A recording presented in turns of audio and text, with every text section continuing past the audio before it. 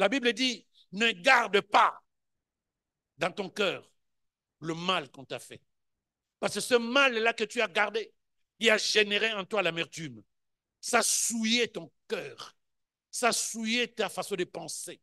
Or, si ton cœur est souillé à cause de ce qu'on t'a fait, où va demeurer le Saint-Esprit de Dieu? Si tu as du mal à oublier, là tu dis j'ai pardonné, mais regarde bien comment tu réagis quand tu penses aux personnes qui t'ont fait du mal, quand tu penses à la personne qui t'a trahi. Comment réagis-tu à l'intérieur de toi? Quand tu vois la personne qui t'a blessé, quand tu vois la personne qui t'a calomnié, qu'est-ce que tu sens à l'intérieur de toi? C'est ça le thermomètre qui te fera comprendre que la souillure est encore à l'intérieur. C'est le seul thermomètre, pas ce que toi tu dis. Le thermomètre, c'est lorsque tu es totalement en paix devant les personnes qui t'ont condamné, qui t'ont humilié. Les chrétiens négligent ces choses-là. Ta relation avec Dieu ne peut pas être une relation parfaite si à l'intérieur de toi il y a l'amertume. Ta relation avec Dieu ne peut pas être parfaite si à l'intérieur de toi tu as du mal à oublier le mal qu'on t'a fait.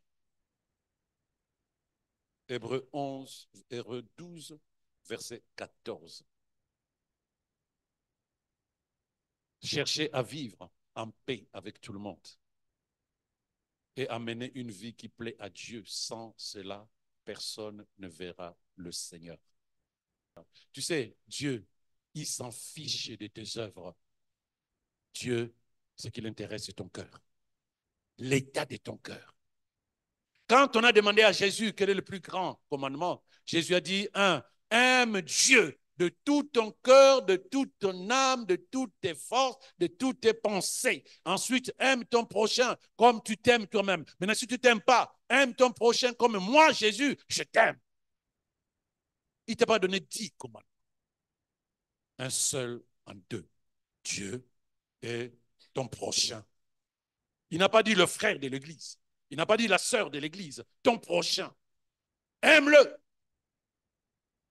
Donc le plus grand commandement du monde, c'est l'amour. Dieu est amour. Lorsque tu as du mal à oublier ce qu'on t'a fait, où est l'amour? Lorsque tu gardes à l'intérieur de toi de la rancœur, du ressenti envers une personne, où est l'amour? Car c'est le seul commandement. Au-delà du commandement, c'est la seule vie que Dieu attend de toi, la vie de l'amour. Parce que Dieu est amour, sa nature c'est l'amour. Toi, en tant qu'enfant de Dieu, tu ne peux pas vivre une autre nature. Tu vas manifester une autre nature si ce n'est pas la nature de l'amour. Ne gardez pas à l'intérieur de vous le mal qu'on vous a fait.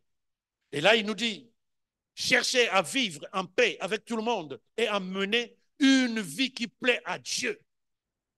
L'amertume à l'intérieur de toi, le ressenti, la rancœur, ce n'est pas une vie qui plaît à Dieu.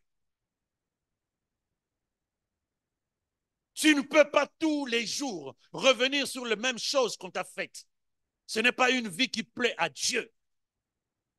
Tu ne peux pas passer tes journées en pensant à la trahison, en pensant à la calomnie, en pensant aux critiques, en pensant aux accusations mauvaises ou fausses que les gens ont faites sur toi. Tu passes ton temps là où tes pensées devaient être en train de méditer la parole de Dieu. Tes pensées sont remplies des images de ce que les gens ont dit, ont fait.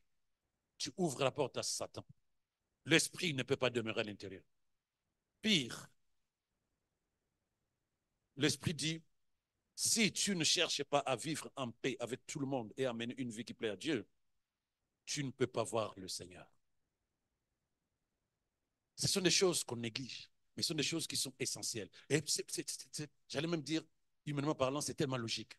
Comment veux-tu garder la souillure à l'intérieur de toi et penser que l'Esprit de Dieu est à l'aise à l'intérieur? Mais ton cœur est sale.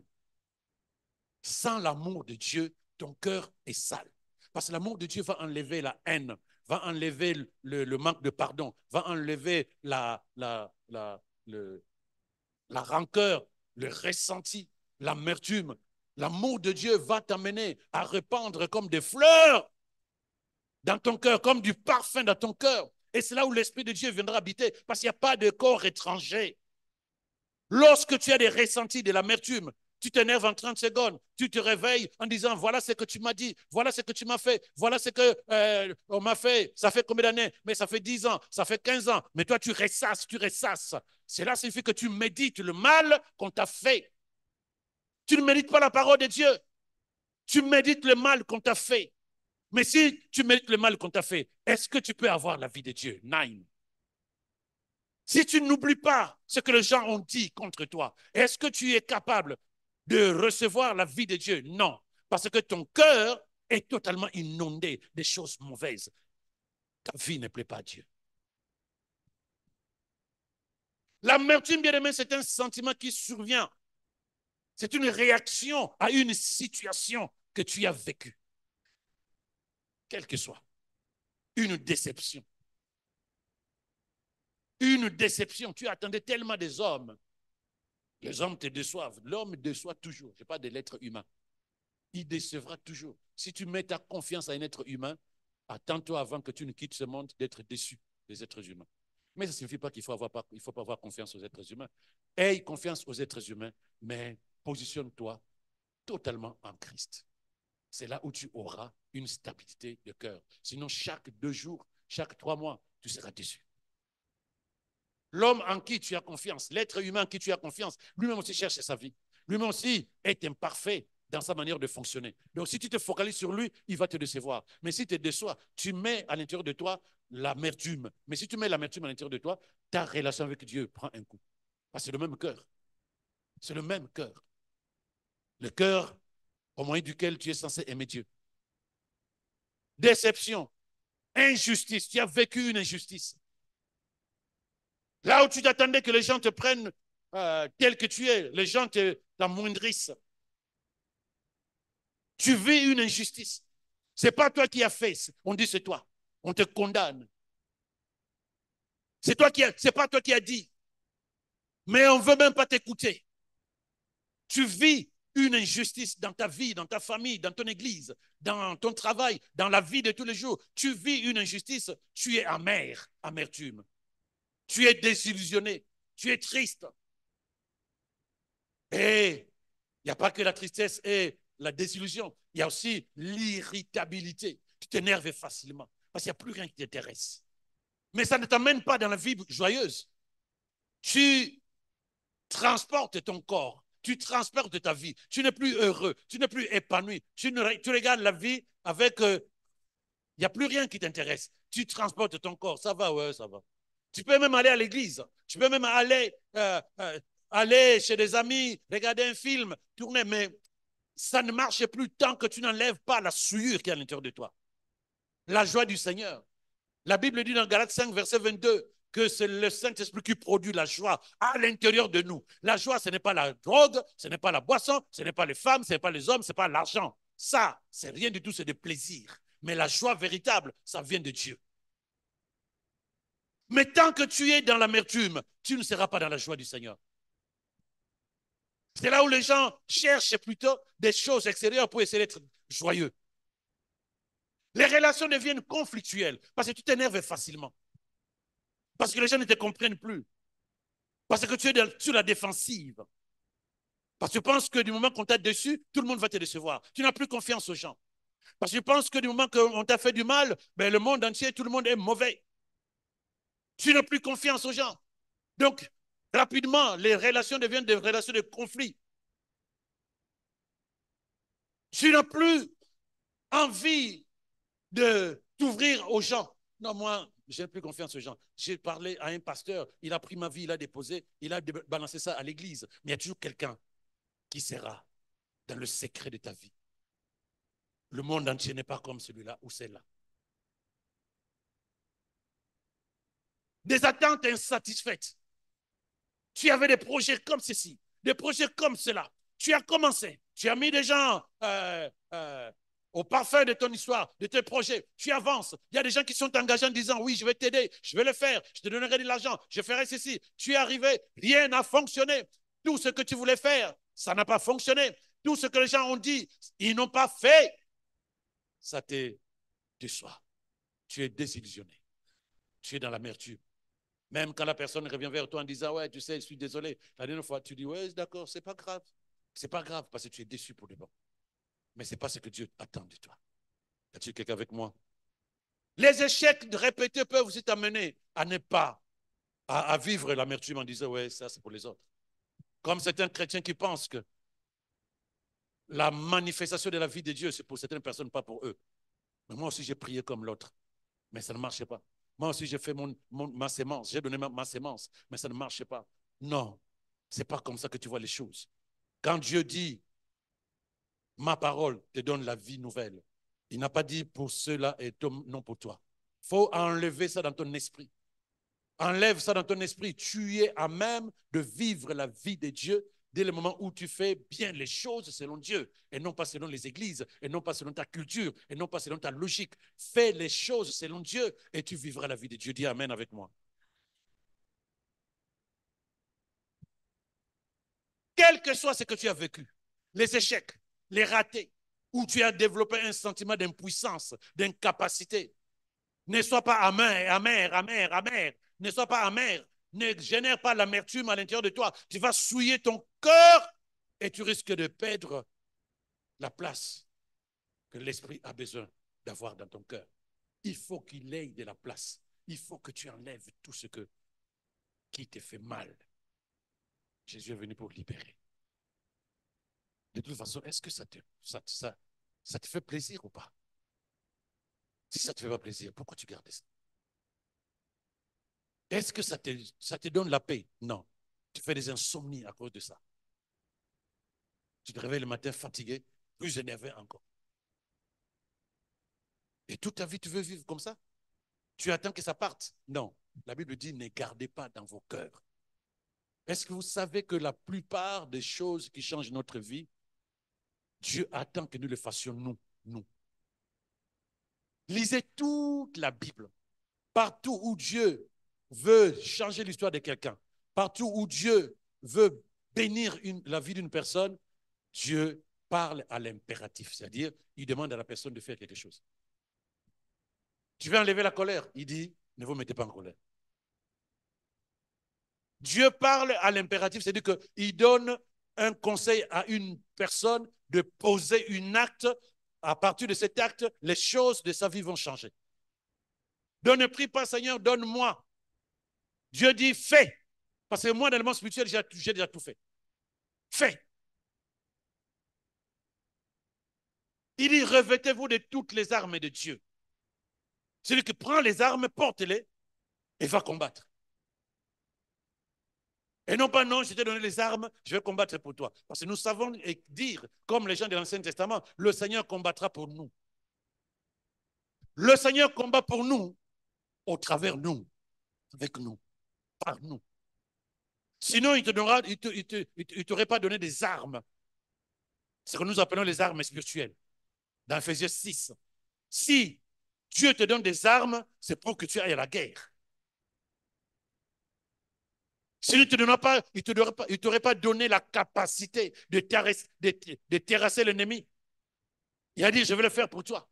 Il a fait dans le spirituel. Maintenant, dans le physique, lorsque tu vois qu'il y a un esprit mauvais qui vient t'attaquer, lève-toi. Tu as le mandat. Tu as l'autorité, tu as le pouvoir. Au nom de Jésus. Esprit mauvais qui essaye de perturber mon sommeil. Je te commande de quitter mon sommeil. Dieu m'a donné la nuit pour que je dorme, que je me repose. À cet instant où je parle, tu n'as plus d'autorité sur mon corps. Je décide de dormir normalement parce que Dieu me le permet. Sors de ma vie. Si tu vas prier les anges, Jésus, Seigneur, fasse que ma nuit soit paisible. Dieu dit, je t'ai donné tout ce qu'il faut. Enlevez l'amertume, enlevez le mal à l'intérieur de toi. La Bible dit, ne gardez pas dans votre cœur le mal qu'on vous a fait. Là où tu vas dire, il n'y a que Dieu, j'ai tellement souffert. Dieu te regarde en disant, il n'y a que toi, capable de te libérer, capable d'enlever ça. Et si tu ne le fais pas, tu ne peux pas plaire à mon esprit. Car moi, je n'ai pas besoin d'habiter un cœur où il y a de l'amertume, où il y a du mal à pardonner, où il y a de la rancœur, du ressenti, où il n'y a pas d'amour. Mon amour à moi, je ne peux pas habiter là-dedans. Mais entre-temps, toi, tu penses que dès le moment où tu connais des versets, tu sais dire des choses, tu pries en langue, que Dieu se plaît à tes œuvres. Non, ça ne l'intéresse pas tes œuvres. Tes œuvres, si c'est à la lumière de la parole de Dieu, c'est parce que tu as compris que c'est normal que tu poses des actions basées sur ce que tu es en tant qu'enfant de Dieu. Mais ce qui importe Dieu, c'est que nous sommes à l'intérieur. Parce que Caïn a offert une offrande à Dieu, mais que Dieu n'a pas validée. Œuvre non validée par Dieu. Il y a des chrétiens qui font des œuvres, mais qui ne sont pas validées par Dieu, parce que Dieu, ce qui l'importe, c'est quoi? Le cœur. Enlève ce qui te fait mal. Enlève ce qu'on t'a fait dans ton cœur. C'est ça qui intéresse Dieu. Vis l'amour. C'est ça qui intéresse Dieu, parce que lui, il est amour. Père, pardonne-leur. Ils ne savent pas ce qu'ils font. Toi, dis simplement, Père, je pardonne à ceux qui m'ont fait du mal. Quand je dis je pardonne vraiment. Je pardonne vraiment. Je regarde la personne qui m'a calomnié. Je le prends dans mes bras. Je l'invite au restaurant. Je me sens bien. Il faut que je me sente bien dans mon cœur avec la personne qui m'a déçu, qui m'a calomnié, qui m'a trahi, qui a dit de mauvaises choses contre moi. Il faut que je me sente bien. Tant que tu ne te sens pas bien dans ton cœur, en regardant la personne les yeux dans les yeux, tu le regardes, tu lui dis, hey, c'est toi, oui, c'est moi. Ah, je suis désolé, je suis désolé. Si la personne te demande pardon, gloire à Dieu. S'il ne demande pas pardon, toi, pardonne, vis l'amour de Dieu. Tant que tu ne vis pas dans la paix avec les personnes qui t'ont déçu, qui t'ont trahi, qui t'ont calomnié, qui ont fait des mauvaises accusations contre toi, tu ne peux pas dire que l'Esprit de Dieu habite en toi. Ça ne marche pas, parce que l'Esprit de Dieu, c'est l'Esprit d'amour. Pas l'amour des hommes, l'amour de Dieu qui pardonne. C'est les choses que les chrétiens négligent. J'ai été quelque part où je croisais deux personnes. Dans les informations que j'ai eues, c'est des personnes qui ont pris leur plaisir d'inventer ce qu'on appelle calomnier. Médire, c'est dire du mal de quelqu'un. Calomnier, c'est inventer des choses mauvaises pour détruire l'honneur d'une personne. Je connais l'histoire. Je sais ce que moi j'ai fait dans leur vie. Je sais comment je me suis investi spirituellement et humainement. Je sais ce qu'eux, ils ont dit derrière pour des intérêts personnels. Je me suis levé, je les ai vus. Salut les amis. Ah, pasteur, on s'est embrassé. Au même moment où tu prends la personne dans tes mains, il y a le message du démon. Tu sais ce qu'il a dit. Tu sais ce qu'il a fait. J'ai dit, ouais, mais je suis content de vous voir. Et j'étais sincère. Je suis très heureux de vous voir. Ah oui, mais ça fait longtemps, pasteur. Ah oui, oui. Je plaisante comme j'aime plaisanter. Tu n'as plus du poids. Ah ben, qu'est-ce que tu... Mais qu'est-ce que tu... J'ai plaisanté. Parce que je voulais annuler les paroles mauvaises. Tant que tu n'es pas capable de regarder la personne en face de toi comme une personne importante, intéressante. Tant que tu ne vois pas la personne avec les yeux de l'amour, comme ton frère biologique, ta soeur biologique, ou une copine ou un ami que tu aimes vraiment, tu n'es pas encore en paix avec Dieu. N'oublie pas ce que je te dis. Enlève de ton cœur tout le mal qu'on t'a fait. De toute façon, il n'y a que toi qui sais. Il n'y a que toi qui sais de quoi il s'agit. Là où tu as besoin d'être transporteur de la divinité, tu transportes l'amertume, tu transportes la colère, l'irritabilité, tu transportes la déception, la désillusion. Oh, Tu as du temps à perdre. Tu as du temps à perdre, bien-aimé. Même les personnes qui t'ont fait du mal, parfois, ils ont oublié. Toi, tu continues à transporter ce qui n'est pas bien. Un pasteur amer, qui a de l'amertume, ça existe aussi. Il vous prêche matin, midi, soir. Il prie pour toi. Il se casse en 10. Mais les églises aiment critiquer leur propre pasteur. Malheureusement, ce que tu as dit dans le secret de ta chambre avec ta femme ou bien avec quelqu'un, frère ou une sœur, dans un coin du restaurant, d'une manière ou d'une autre, ça arrivera toujours dans les oreilles de ton pasteur. Ça arrivera toujours. Et lui, il sait comment il s'investit dans ta vie. Il sait comment il se met sur la brèche pour pouvoir prier le Seigneur afin que l'ennemi ne te touche pas, mais que la bénédiction de Dieu continue à se répandre dans ta vie. J'ai combattu et je le continue à combattre spirituellement pour la vie des personnes que Dieu m'envoie. Quand je dis combattre spirituellement, toi tu dors, tu ronfles. Moi, je combats des démons, des sorciers à ta place. Il y a ceux avec qui j'en ai parlé, même ceux du refuge, savent de quoi je parle. C'est mon ministère, c'est ma responsabilité de pasteur. Je suis père, spirituellement parlant. Je dois prendre soin des enfants de Dieu que Dieu me demande de protéger, d'intercéder Dieu pour ta vie. Je le fais tous les jours, que le Seigneur me permet de le faire. Mais les pasteurs au pluriel te diront qu'ils ont aussi de l'amertume dans leur cœur parce que simplement, les chrétiens pour qui ils s'investissent, ils ont du mal à dire Seigneur, je mets mes genoux à terre pour mon pasteur, ton serviteur. Je bénis le Seigneur pour sa vie.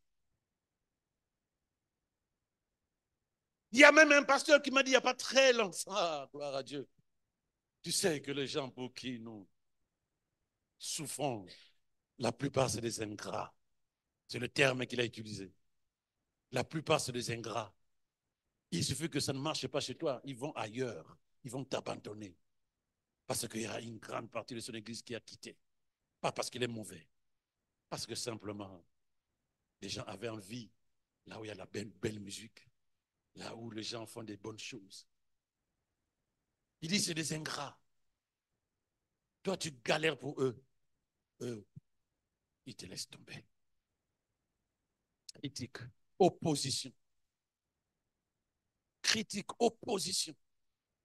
Parce que tu as suivi sur Internet un pasteur qui a dit ceci, qui a dit cela. Toi, tu vas t'opposer à ton pasteur, ton berger.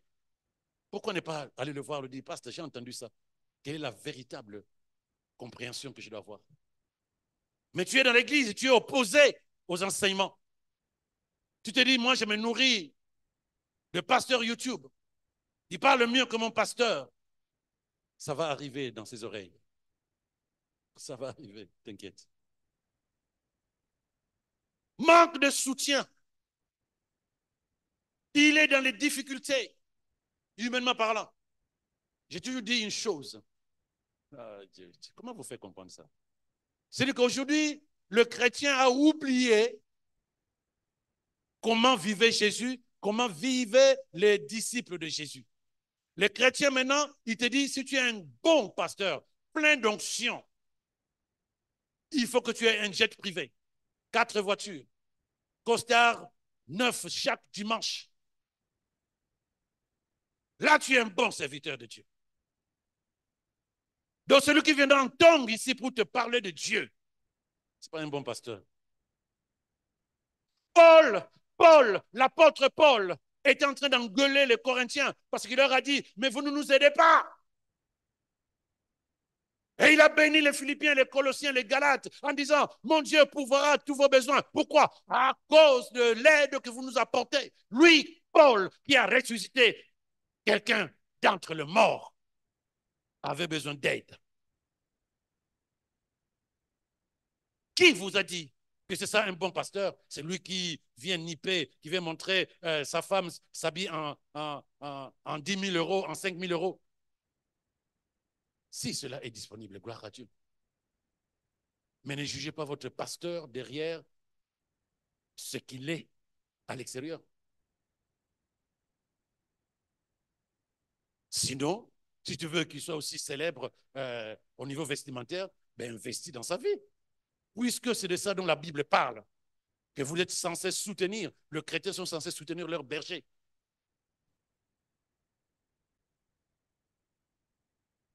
Mais si tout cela ne se met pas en place, je ne parle pas de moi, je parle de manière générale dans les églises. Si tout cela ne se met pas en place, le pasteur viendra, mais avec amertume. Il se dit, mais ils ne comprennent même pas que j'ai galère. Ils ne comprennent même pas que j'ai des problèmes. Personne n'est pris pour moi. Et il vient ici, alléluia. Nous allons prier le Seigneur. Mais il n'est pas efficace pour toi. Parce qu'il est ébranlé. Parce qu'il est mal. Il est mal à l'intérieur de lui. Il est mal. Si tu mettais un peu, ne fût que 30 secondes, tes genoux à terre, ta prière peut amener la lumière dans sa vie. Jésus avait faim. Ses disciples avaient faim le jour de sabbat. Ils étaient en train de récupérer des épis de blé sur le chemin. Les gens les ont vus en disant, oh là là, mais ils sont en train de travailler le jour de sabbat. Ils ne travaillaient pas, ils avaient la galère, ils avaient faim. Lui qui a multiplié les pains pour 3000 personnes, pour 5000 personnes.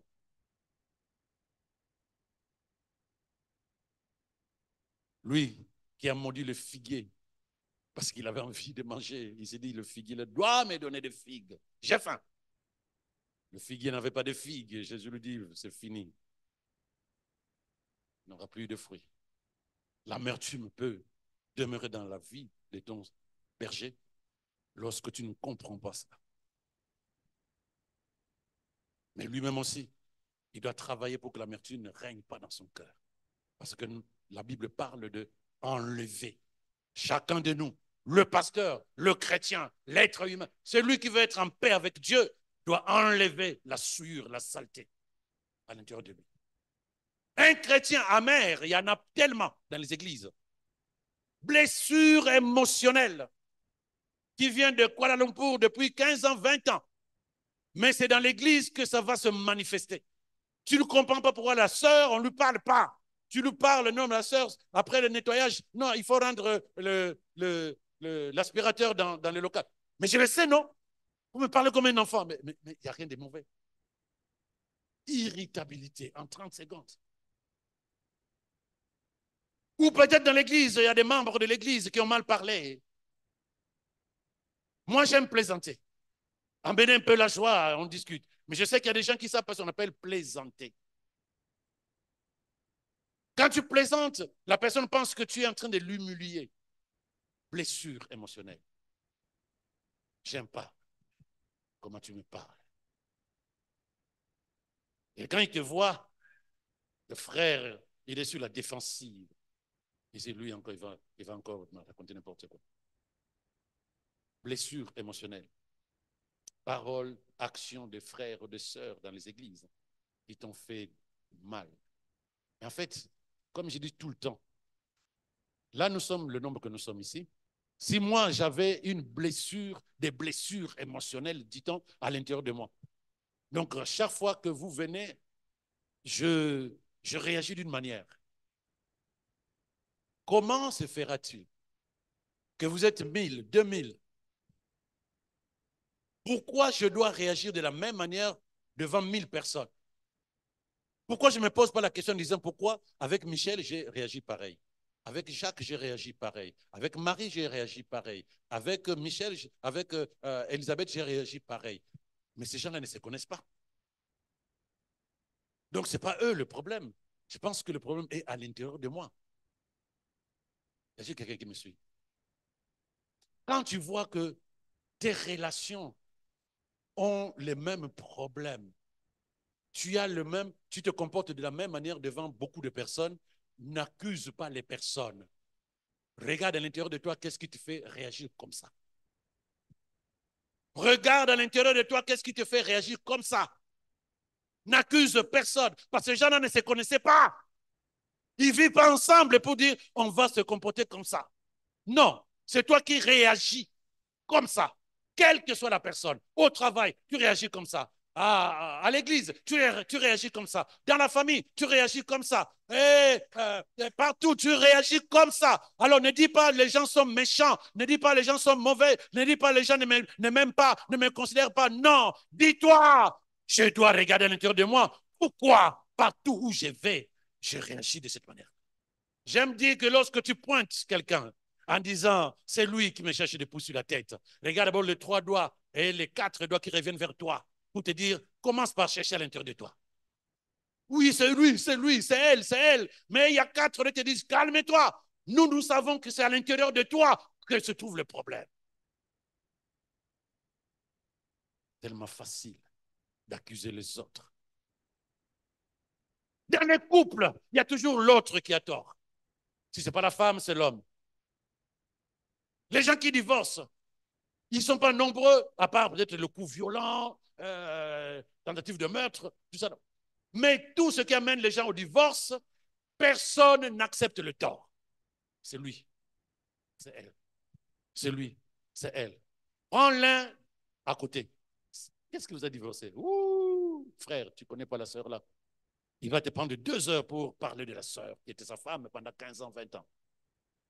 Tu prends la sœur. Qu'est-ce qui vous a divorcé? Oh, ma sœur. Les hommes, c'est compliqué. Elle va te parler de son mari pendant 50 ans, 40 ans, pendant 2 heures.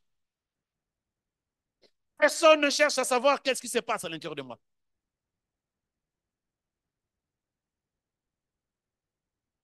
On attend beaucoup de serviteurs de Dieu dans les églises. J'ai un problème. Je pense qu'on m'a dit que ce pasteur peut régler mon problème. Je commence à prier dans son assemblée. J'ai des attentes. 1 mois, 2 mois, 5 ans. Les choses ne se règlent pas. Mais le pasteur, il n'est pas celui qui règle tes problèmes. C'est Jésus avec toi. Lorsque ta vie est totalement inondée de sa parole, de son esprit, la parole de Dieu est capable de changer l'histoire de ta vie. Le pasteur n'est qu'un prédicateur qui te donne le message, la bonne nouvelle qui change l'histoire de ta vie. Qu'est-ce que tu en fais? Je prends, tu as mal à la tête. Oui, j'ai mal à la tête. Ça fait 3 mois, ça fait 4 mois, j'ai mal à la tête. Je suis médecin, je suis pharmacien. Je te prends des Doliprane. Je te donne un paquet, 2 paquets de Doliprane. Et toi, tu prends les paquets de Doliprane, tu mets de côté. Tu ne mets pas à l'intérieur de toi. Tes mots de tête ne changeront pas. Tu ne vas pas accuser le pharmacien. Tu ne vas pas accuser le médecin. Qu'est-ce que tu as fait des Doliprane qu'on t'a donné? Qu'est-ce que tu fais de la parole que le serviteur, le servant de Dieu t'enseigne? Parce que c'est la parole qui change ta vie, pas l'homme. Malheureusement, les gens ne veulent plus de la parole et ils courent derrière les hommes. Prophétise sur moi, ouais. La meilleure prophétie, c'est la parole de Dieu.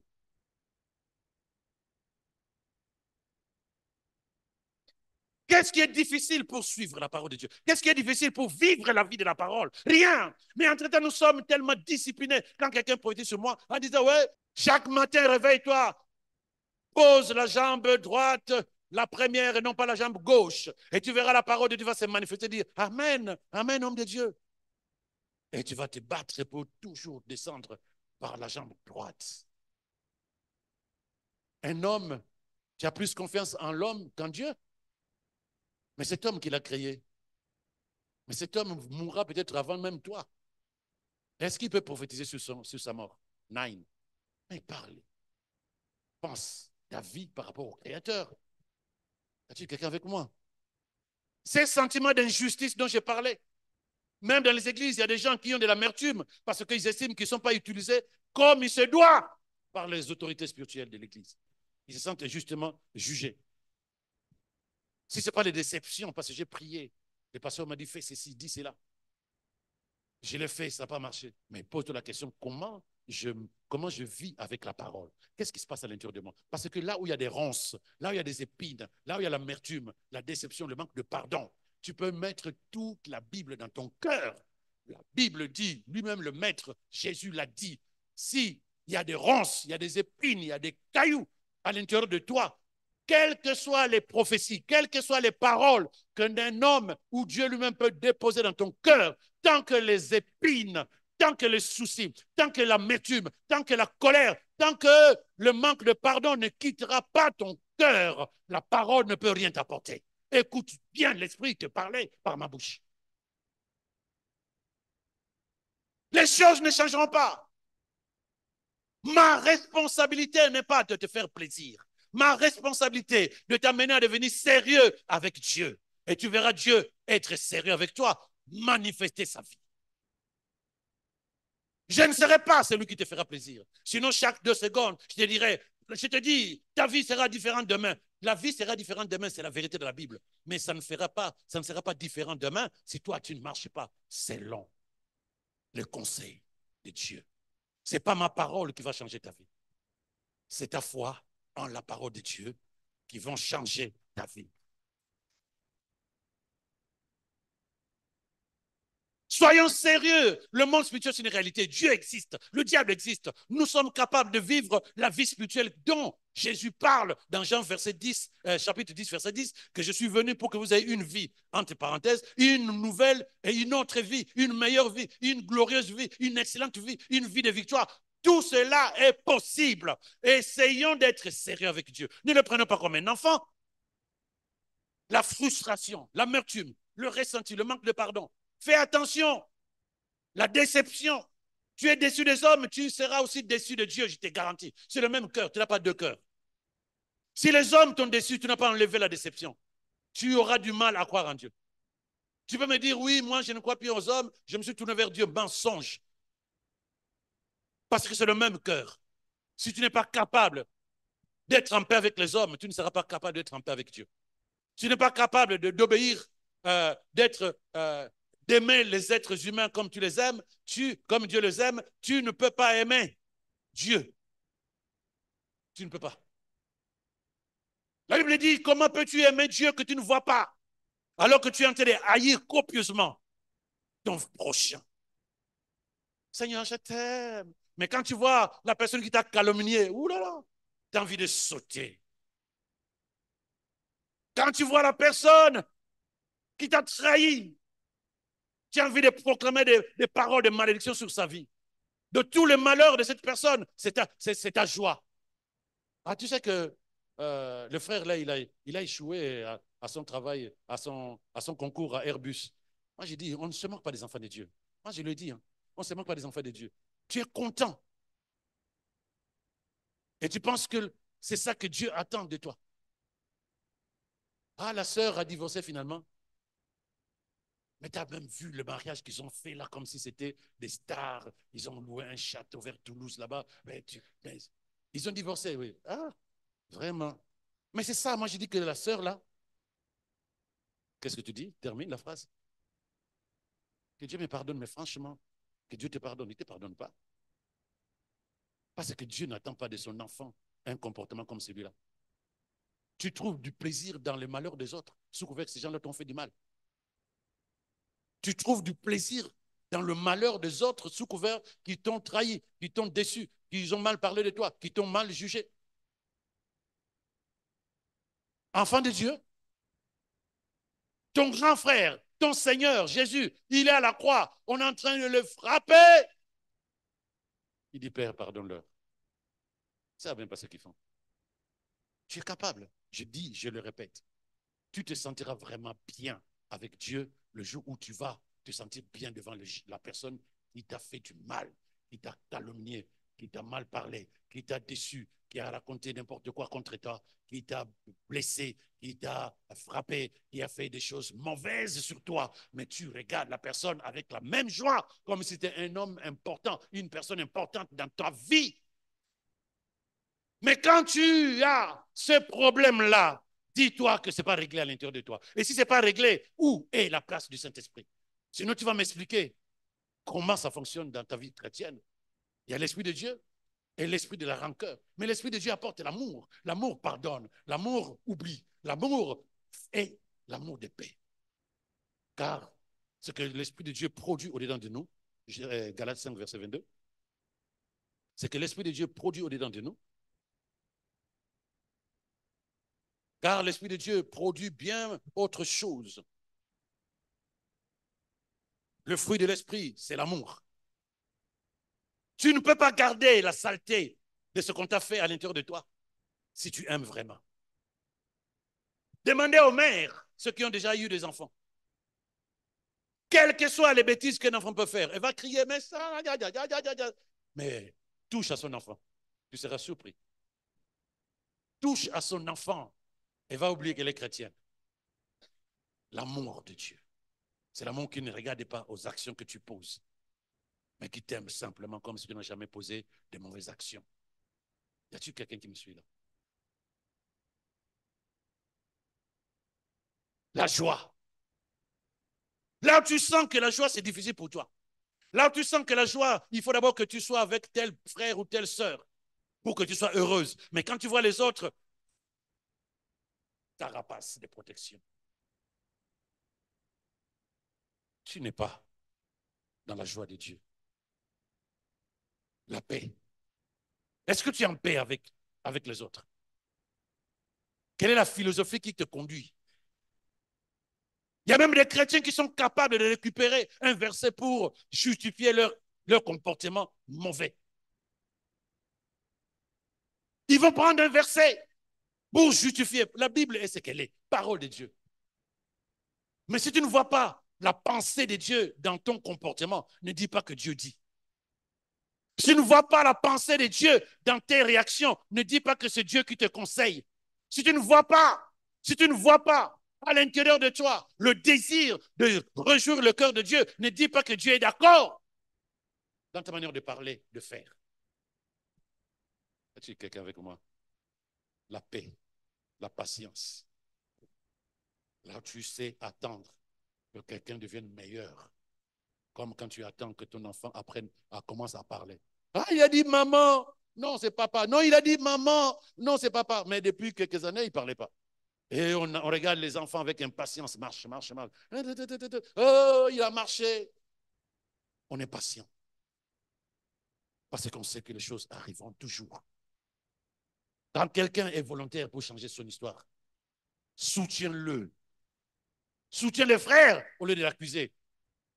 Quand quelqu'un veut changer son histoire, toi, tu es déjà passé par là. Non, ne condamne pas. Aide la personne. Ne condamne pas. Oui, mais ça fait 15 ans. Il est né de nouveau. Je le connais. On était dans la même église avant. Eh oui, mais il a toujours le même caractère. Mais aide-le. Peut-être qu'il a la solution que Jésus va utiliser pour changer. Puisque toi, tu es passé par là. Toi aussi, tu étais colérique tout le temps. Tu étais irritable tout le temps. Tu étais dans l'amertume tout le temps. Comment tu as fait pour changer ton histoire? Apporte-lui ton témoignage. Lorsque tu sais que Dieu est amour, lorsque tu sais que Dieu attend de nous que nous aimons notre prochain, mais que tu sais qu'à l'intérieur de toi, il y a des ressentis, des rancœurs, il y a la déception, il y a la colère, il y a l'irritabilité. Lorsque tu sais cela, est-ce que tu es en paix en disant, le Saint-Esprit habite en moi, le Saint-Esprit habite en moi. Et tu entends le Saint-Esprit lui-même chanter, ah non, non, non, ton cœur est trop sale, je ne peux pas demeurer en toi. Tu l'entends chanter pour te contredire là où tu aimes raconter ta vie. Je suis le meilleur chrétien de mon village. Hébreu, nous avons lu, dit que tu ne peux pas voir Dieu si tu ne pardonnes pas à ton prochain. Pardonner, ce n'est pas je pardonne. Non, pardonner, c'est comme si Dieu lui-même t'a pardonné. Est-ce que tu peux te retrouver dans ce verset? Hébreu 12, verset 14, frère. Le Seigneur nous aide à comprendre ces choses et d'arrêter d'être des chrétiens et d'être des enfants de Dieu, des fils de Dieu. Dis Amen avec moi. Lisons ensemble à haute voix. Je veux entendre ta voix. 1, 2, 3, go. Cherchez à vivre en paix avec tout le monde et à mener une vie qui plaît à Dieu. Sans cela, sans cela, sans cela, sans cela, personne ne verra le Seigneur. Ne viens pas me raconter, moi je suis en paix avec tout le monde sauf avec lui. Dieu a dit avec tout le monde. Ne viens pas me raconter, non, moi je suis en paix, je ne comprends pas pourquoi la sœur là, oh, ça ne marche pas, ça ne marche pas lui et moi, elle et moi. Dieu te dit, cherche à être en paix avec tout le monde. T-O-U, tout le monde. Il y a des gens que tu as blacklistés et d'autres qui sont sur des trônes dans ton cœur. Est-ce que c'est comme ça que Dieu fonctionne avec tout le monde? Ou si tu es enfant de Dieu, fonctionne comme ton Père. Il dit, sans cela, personne ne verra le Seigneur. C'est tellement négligé, cette position spirituelle. Nous sommes en train de refléter l'image du divin. Qu'est-ce que Dieu attend de toi dans tes relations? Qu'est-ce que Dieu attend de toi? Veillez à ce que personne ne passe à côté de la grâce de Dieu. Arrête-toi d'abord là. Veille à ce que tu ne passes pas à côté de la grâce de Dieu. Quand tu dis, Psaume 23, verset 5, 6, le bonheur et la grâce m'accompagneront tous les jours de ma vie et j'habiterai dans la maison du Seigneur jusqu'à la fin de ma vie. Tu dis ça, c'est moi qui l'ai dit. Mais tu peux passer à côté de ma grâce. À cause de quoi? L'état de ton cœur. Et il donne un conseil pour que tu ne passes pas à côté de la grâce.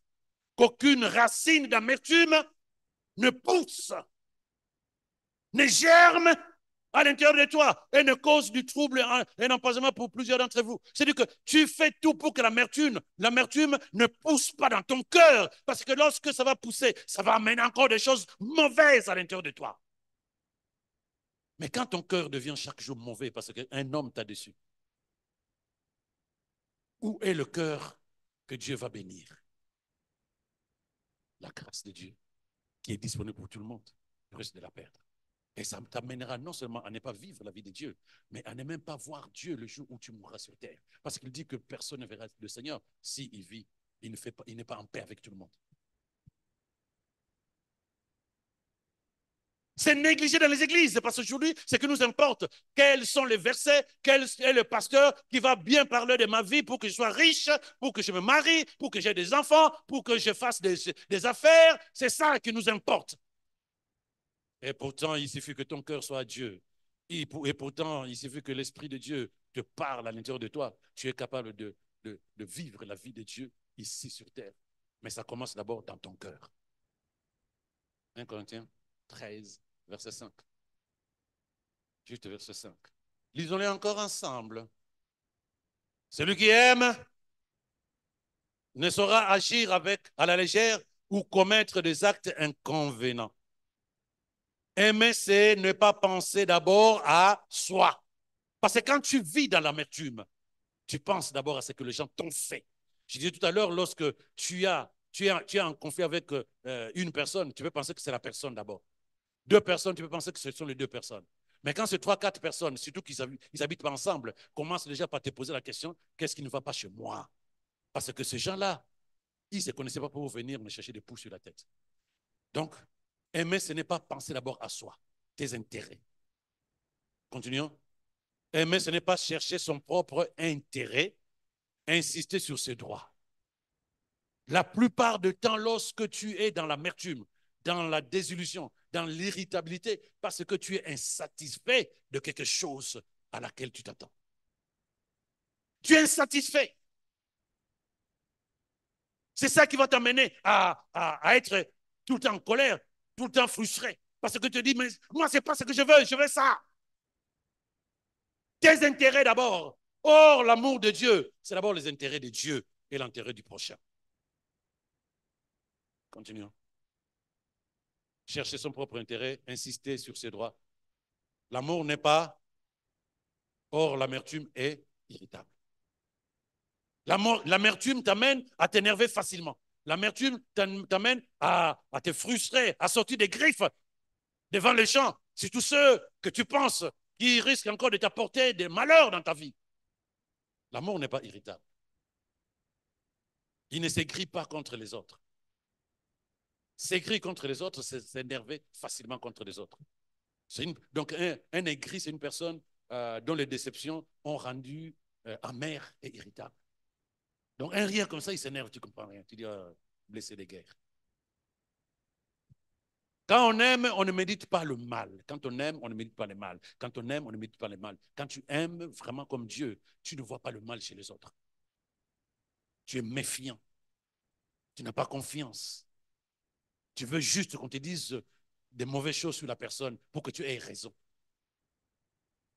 Tu veux juste qu'on te dise que le frère a fait ceci, la sœur n'a pas fait cela, n'a pas réussi. Oui, là tu as raison. Quand on dit il y a une sœur qui est tombée enceinte sans mari dans l'église, tu attends qu'on te dise c'est Marguerite. Tu attends qu'on te dise c'est elle. Je savais, je savais, je savais. Non, l'amour ne soupçonne pas le mal. L'amour aime. Terminons. Quand on aime, on ne mérite pas le mal. Et on ne le soupçonne pas chez les autres. On ne le soupçonne pas chez les autres. Si tu subis des torts, tu ne dois pas en garder rancune. Notre verset de base nous dit, enlevez de votre cœur le mal qu'on vous a fait. Tu ne vois pas ici, Seigneur, aide-moi pour... tu vas enlever. Aide-moi pour ne plus me fâcher, m'énerver. Ici, il est dit, ne garde pas rancune de ce qu'on t'a fait. Je le répète, comment tu saurais que tu as vraiment nettoyé ton cœur pour que l'Esprit se sente chez toi, chez lui, chez toi? Lorsque tu regardes la personne qui t'a trahi, la personne qui t'a fait du mal, la personne qui t'a calomnié, la personne qui t'a déçu, la personne qui a fait des mauvaises accusations vis-à-vis de toi, lorsque tu regardes cette personne, tu as envie de la prendre dans tes bras comme si rien ne s'est passé. Ni ce que tu as vu, ni ce que tu as entendu, ni ce que tu as pensé. Rien ne s'est passé. Lorsque tu es capable de le faire, alors à ce moment-là, tu es capable de dire le Saint-Esprit est au-dedans de moi. On y va, on reprend ensemble. Frères, ne raisonnez pas comme des enfants. Soyez des enfants par rapport au mal, mais soyez des adultes quant à la façon de raisonner. Écoutez très bien et comprenez ce que ça signifie. Il dit, ne raisonne pas dans ta vie comme si tu étais un enfant, mais il te conseille d'être un enfant lorsqu'on te fait du mal. Pourquoi? Parce qu'un enfant ne garde pas rancune. Il te dit, quand tu vis, quand tu veux prendre des décisions, sois un adulte. Mais quand on te fait du mal, sois un enfant. Quand on te fait du mal, sois un enfant, sois un enfant, sois un enfant. Un enfant ne garde pas du mal. Les enfants ne gardent pas la méchanceté. Ils ne se nourrissent pas de ressentiment. Ils ne gardent pas à l'intérieur d'eux de films de l'ancienne vie, de ce qu'on leur a dit, de ce qu'on leur a fait. Non. Oublie ce qu'on t'a fait.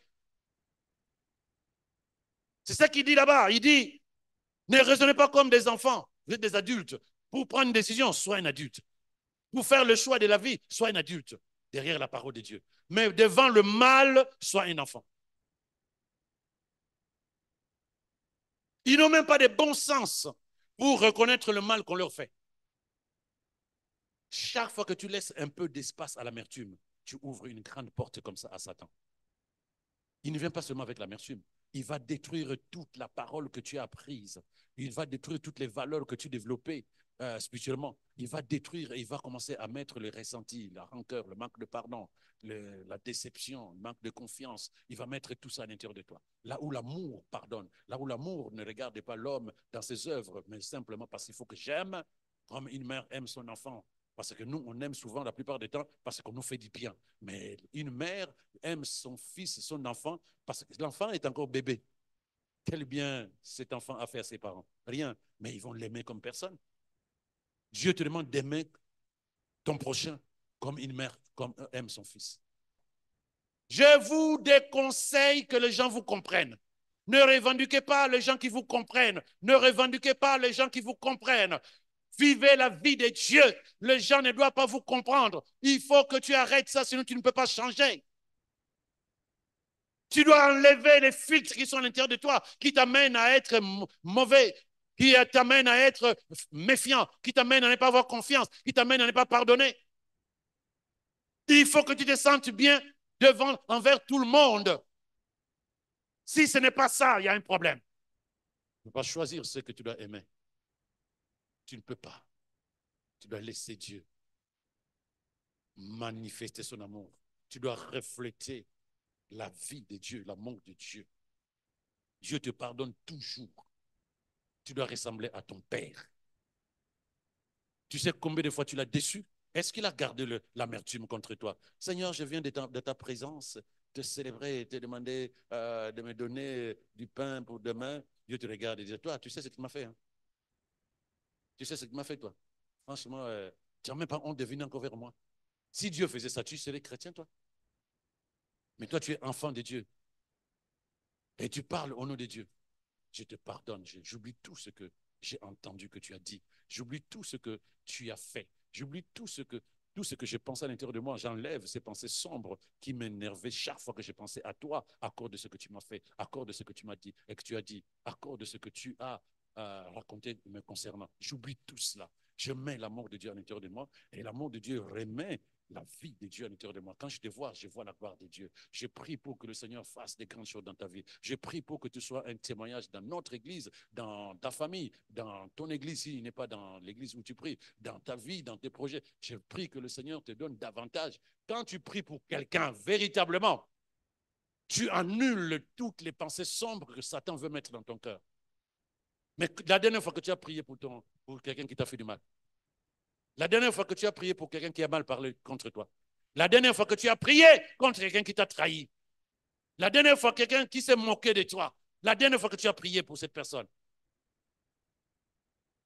je sais qu'il y a des gens qui prient pour que la personne meure, mais moi je ne t'enseignerai jamais que tu amènes quelqu'un à la mort pour que tu sois heureux. Ce n'est pas ton ennemi. Ton ennemi, c'est Satan. Si tu n'es pas capable de mettre tes genoux à terre, de prier de ton cœur envers une personne qui t'a fait du mal à l'intérieur, tu n'as pas encore libéré ton cœur de l'amertume. C'est un danger parce que la vie de Dieu ne peut pas y aller. C'est un danger, tu ne peux pas vivre la grâce de Dieu. C'est un danger, tu ne peux pas revendiquer la bénédiction divine, les faveurs divines. Parce que ton cœur où l'esprit est censé agir, ton cœur est rempli des ronces, des pines, des saletés. Et la Bible dit, nul ne verra le Seigneur. Même ton éternité est hypothéquée à cause de ça. Il y a un danger de garder la rancœur, le ressenti. Y a-t-il quelqu'un avec moi? Ne considère pas le mal que les autres t'ont fait au point de devenir amer et de commencer à entretenir la méchanceté. Tu dois dire non à l'amertume. Tu dois revendiquer la nature divine. La nature divine, c'est l'amour. L'amour qui ne regarde pas les actions que quelqu'un a posées contre toi. L'amour qui ne regarde pas les paroles que quelqu'un a racontées contre toi. L'amour qui aime simplement. L'amour qui aime simplement, comme Dieu, sans condition. Parce que toi, Dieu t'a aimé sans condition. Dieu t'a aimé sans condition. Aime en nettoyant la maison. Parce que ce que tu enlèves te permet de pouvoir revendiquer la présence du Saint-Esprit à l'intérieur de toi et de la vie de Dieu. Mais si tu n'enlèves pas, tu vas revendiquer la vie de Dieu dans un cœur pollué. Il parle de rejet. Et l'amertume ne pousse pas dans ton cœur. Parce que ça pousse, ça va remplir tout ton cœur. Et c'est là où il dit que personne ne passe loin de la grâce de Dieu. À cause de quoi? De ce qu'il y a à l'intérieur de nous.